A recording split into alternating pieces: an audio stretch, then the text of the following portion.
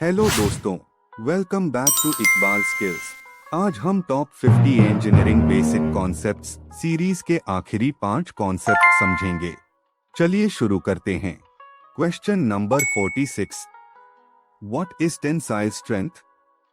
जब किसी मटेरियल को दोनों तरफ से खींचा जाता है तो वह टूटने से पहले जितना ज्यादा खिंचाव सहन कर सकता है उसे उसकी टेंसाइल स्ट्रेंथ कहते हैं।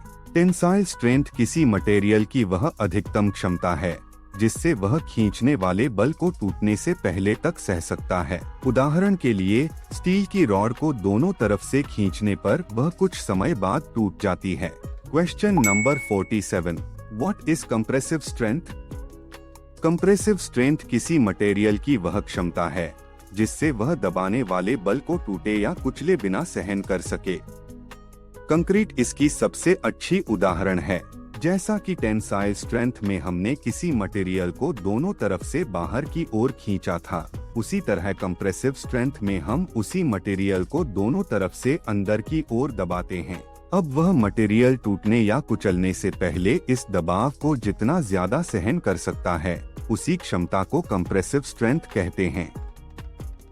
Question number 48, what is shear strength? Shear strength किसी मटेरियल की वह क्षमता है जिससे वह विपरीत दिशा में लगने वाले बल का सामना कर सके। बोल्ट और रिवेट की डिजाइन में यह बहुत महत्वपूर्ण होती है। जब किसी चीज पर ऐसे बल लगाए जाए कि वह बीच से कटने या फिसलने लगे तो उस कटने वाले बल को सहने की क्षमता को शियर स्ट्रेंथ कहते हैं। Question number 49, what is Young's modulus? Young's modulus किसी मटेरियल की कठोरता यानी स्टिफनेस को मापता है। इसका मान जितना अधिक होगा मटेरियल उतना ही कम विकृत यानी डिफॉर्मेशन होगा। इसका फॉर्मूला है Young's modulus is equal to stress upon strain. उदाहरण के लिए स्टील का यंग्स मॉड्यूलस रबर से कहीं ज्यादा होता है, इसलिए समान बल लगाने पर रबर ज्यादा खींचता है जबकि स्टील बहुत कम खींचता है। Question number 50, what is Poisson's ratio?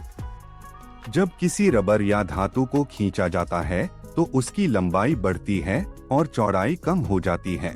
इसी संबंध को पॉइसन रेशियो कहा जाता है। याद रखिए, एक अच्छा इंजीनियर बनने की शुरुआत हमेशा मजबूत बेसिक्स से होती है।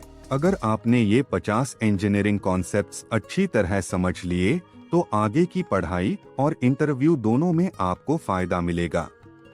किसी भी मशीन को समझने से पहले उसके बेसिक कॉन्सेप्ट समझना जरूरी है। इन्हें बार बार रिवाइज करें और अपनी इंजीनियरिंग जर्नी को मजबूत बनाएं। तो दोस्तों, इसके साथ हमारी top 50 engineering basic concepts series पूरी होती है। अगर आपको ये पूरी सीरीज पसंद आई हो तो वीडियो को लाइक करें, अपने दोस्तों के साथ शेयर करें और ऐसे ही आसान भाषा में इंजीनियरिंग सीखने के लिए इकबाल स्किल्स को सब्सक्राइब करना न भूलें। Thanks for watching.